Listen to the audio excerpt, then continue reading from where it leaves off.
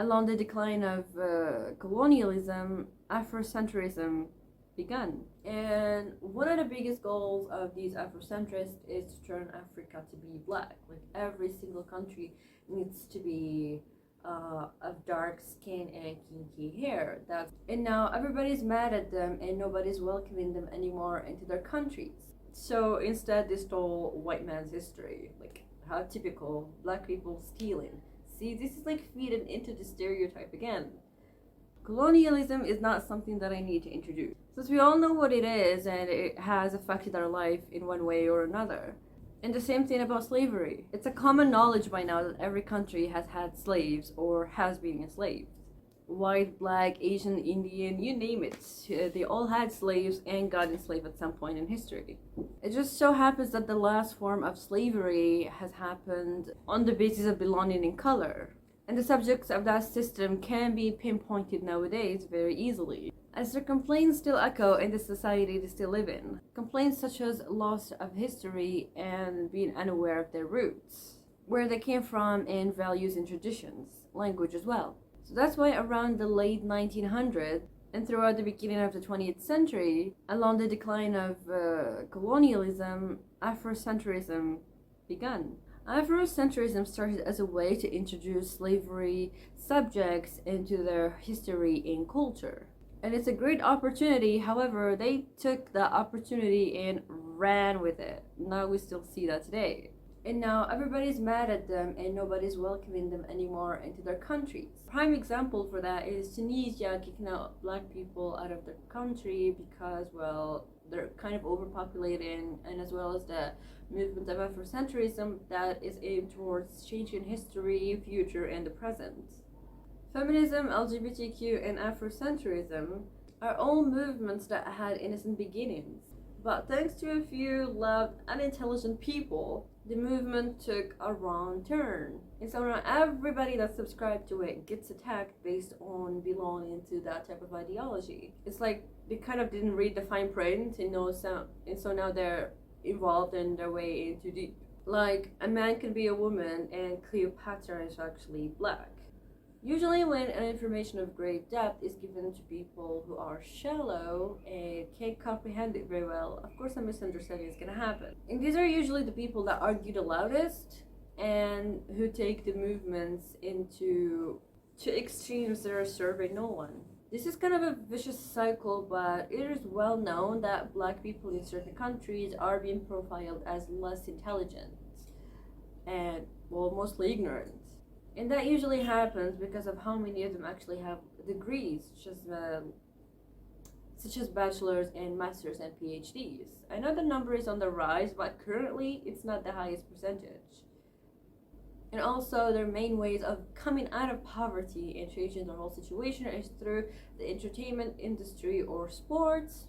Same thing basically, but still, these are things that don't really require much academic intellect. I'm not denying that there are amazing intellectual black people. I'm just saying that the odds are stacked against them. And that's exactly what black people are trying to fight against by calling for justice. However, the vision is distorted and the progress is very slow. Black people facing many years of objectifying and subjugation has left them scattered. And any attempt to get out of that and to reassemble a community is eliminated by assassination, for example, which left a gap in the African American community, a space that was supposed to be culture, values, religion, and folklore, and so much more. So I'm guessing somebody tried to put like 1 + 1 and fill in that gap, that vacuum that's left in that society by already claiming pre-existing history. And it did not stop at Africa. Africa has a total of 54 recognized countries. And there's a countless number of tribes and languages and religions in it. And its history is even deeper and more glorious. These people have lived with nature, fought wars, had glorious kings. Things that sound to me like the Afrocentrists got too lazy to go search in and dig out, so that's why they just decided to take already existing stuff. So instead they stole white man's history. Like, how typical, black people stealing. See, this is like feeding into the stereotype again. Africa also has many skin shades that range from the lightest to the darkest throughout its borders, so it's not really a continent that's defined by its race or its, skin color, as well as varying types of hair. Yeah, but science says everybody has originated from Africa, and that Africa is the first part of the world to be inhabited by man. Well, to me, it's like we weren't there when God created this earth, and we were not there when God put its first man on it. So we need to stop talking like we were. Yes, but science. You mean the same science that labeled black people as the last stage of evolution, like the closest people to chimpanzees? The same science that made white man supreme to black man. And the same science that had black children put in human zoos. A science that glorifies and puts one man over the other in hierarchy is a very biased religion. And science or religion are not supposed to be like that, they're supposed to be objective.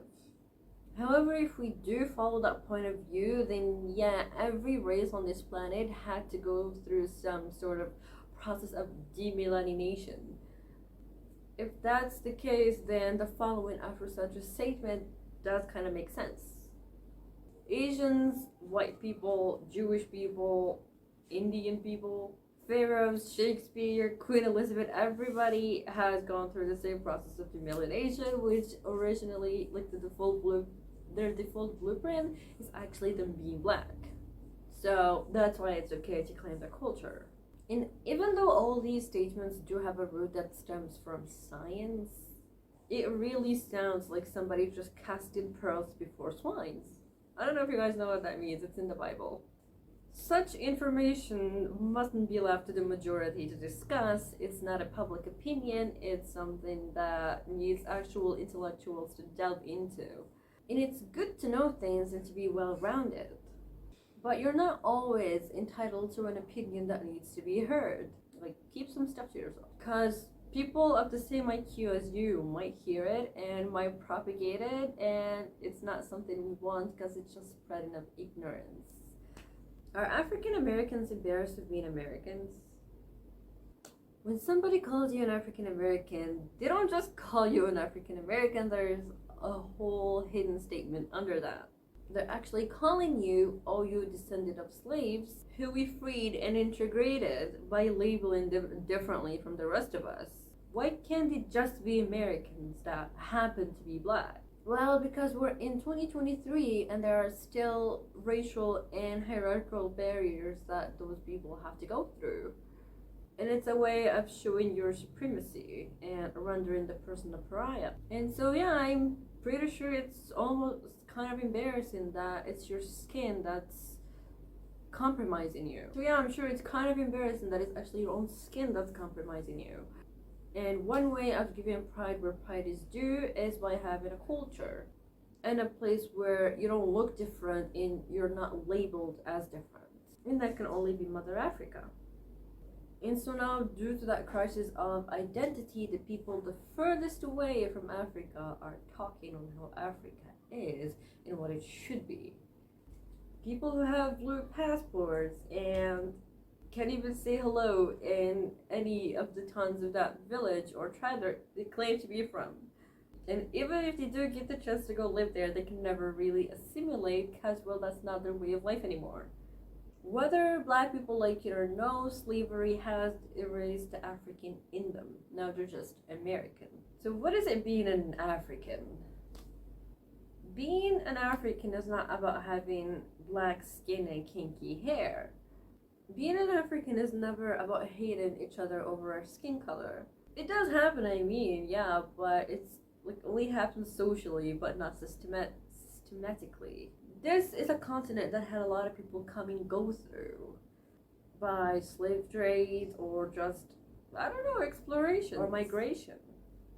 So of course the skin tones did mix. Africans are proud people who have a long history, arts, culture. Wasn't it for the fact that it was taken from them, they would have been fine being the way they are, or they were. The importance of representation. Representation is the phase of and traits of certain groups in people that is shown to another group of people. For example, Marilyn Monroe is white, beautiful, and sexy. James Bond is rigid, calm, and smart. These are traits that we saw and understood. They weren't exactly told to us, we just sort of understood them from the context. Media is usually a form of vision, somebody's vision that has been turned into an art. And it communicates to us how and why and what are a certain type and group of people are and is. That's why the person who has the media leverage of actually deciding what type of piece of media goes through to the masses has the ability to either romanticize or vilify or objectify a certain group of people. And for many years, and even decades, Black people never really found roles in media. Slowly they got out of that, but again, the roles didn't really have any heavy influence. And whenever they did have anything, it was always playing into the profiling that they were labeled as, which even made it even worse and made the pattern repeat. Because who influences the other? Does culture influence media, or does the media influence the culture? It's like, who came first, the chicken or the egg? And sometimes that profiling is not even true, so it can also be as a way to install certain traits and habits into people. So by that, representation is again a way to break out of the stereotyping. Representation is a way to break out of stereotypes in shedding light on actual real values. And it's mainly a way to make everybody equal and distinguishable by letting people from that culture or from that tribe or from a certain one, you pluck one individual from the whole group and you let them represent the way they are as authentically as possible. Like that, everybody comes to the forefront and every culture speaks for itself. And that's what Black Afrocentrist Americans tried to do. But they just took everybody else's history and they made it theirs in order to get good representation. But just how do you think you can get away with something on such a big scale? The erasure of the past and having historically non-Black characters be Black characters on media. And when we talk about representation, we must also mention cultural appropriation. But again, there's a double standard when it comes to that. For example, a Black woman can have straight hair, straight wig, curly wig, all sorts of hair, blonde, red. It's not really something that is limited. They can do whatever they want with their hair and how they look like. However, when someone who's white does box braids or dreadlocks or all of that, they are wrong for doing it because it's not their culture and it's not their history and they're stealing history. So you see the double standard. However, the fact that somebody thinks that you're so cool and influential and they want to do what you're doing is considered theft when it's not. It's a way of celebration in furthering a culture for it to be exposed to as many people as possible, actually. But that's the catch. It's fine if you wear all sorts of wig imported from all sorts of country, but nobody bats an eye. And speaking of media, many celebrities actually subscribe to this ideology. Number one of them all is Kanye West. The ideology of being that they are descendants of pharaohs, Jews, Ashkenazi Jews, and the Mauritians, today known as Morocco. Well, the truth is, slaves were taken from the opposite side of Africa. It's not really this part. And guess what? They're actually allowed to be descendant of the pharaohs, of the Mauritians, and whatever they want to descend from. But show your receipts. You can't just claim something and not actually be it. It doesn't make any sense. Kevin Hart had many, I think, live shows canceled in Egypt for subscribing to this ideology. So thanks to all of that, also one problem has emerged in Morocco, which is the hatred towards Black people. I'm not saying everybody, but there's this category of people that think like that. And can I really blame them? No, of course not. They're looking at their history and their culture and their genes wanting, they're going to be erased and they want to maintain that as much as possible. And the problem rises when people from poorer African countries come to Morocco looking for a better life. Trust me, we don't have it all that good in here either. some of them do remain in Morocco, some of them just use it as a way to, migrate illegally to Europe. And for the some that do stay in here, when you do stay, they like settle in and, start living their life as a Moroccan. And they, mix their genes with Moroccans. And some Moroccans are very sensitive about that, being like, no, we don't want our genes to be erased. Meaning they just want to stay white, like their lineage to be white. Yeah, that's what I'm saying. And personally, I really can't say if that's good or bad. But again, let's take a more homogenized society, for example, South Africa and Japan. Will they be still South Africa and Japan if most of the children were black? Because sometimes, like, a nationality is tied to an ethnicity, but again, in such a North African diverse country, what are we doing here? It's like a really complicated topic that I don't think I have any right to speak about, because personally I do not know. Like I don't think I have any right to talk about that. And one of the biggest goals of these Afrocentrists is to turn Africa to be black. Like every single country needs to be of dark skin and kinky hair. That's their main goal, and that's why Moroccans are trying to fight this ideology by being, oh no, we're already proud as we are. We don't need you to come and interfere with us. Are you in the US? You stay in the US. Like, mind your business, mind your own affairs over there, and stay away from our own. And so when you mix with a certain culture or a certain race, you can clearly then claim their history and all their glories as yours. So 2 generations later, your kids can claim that as theirs. And that's why people are afraid of, this whole mixing thing, because you don't know who's this one anymore. And in a way, by mixing with somebody and claiming their history, kind of beats the shame of being once a slave. But yeah, I'll stop this video here and I'll see you guys in the next one.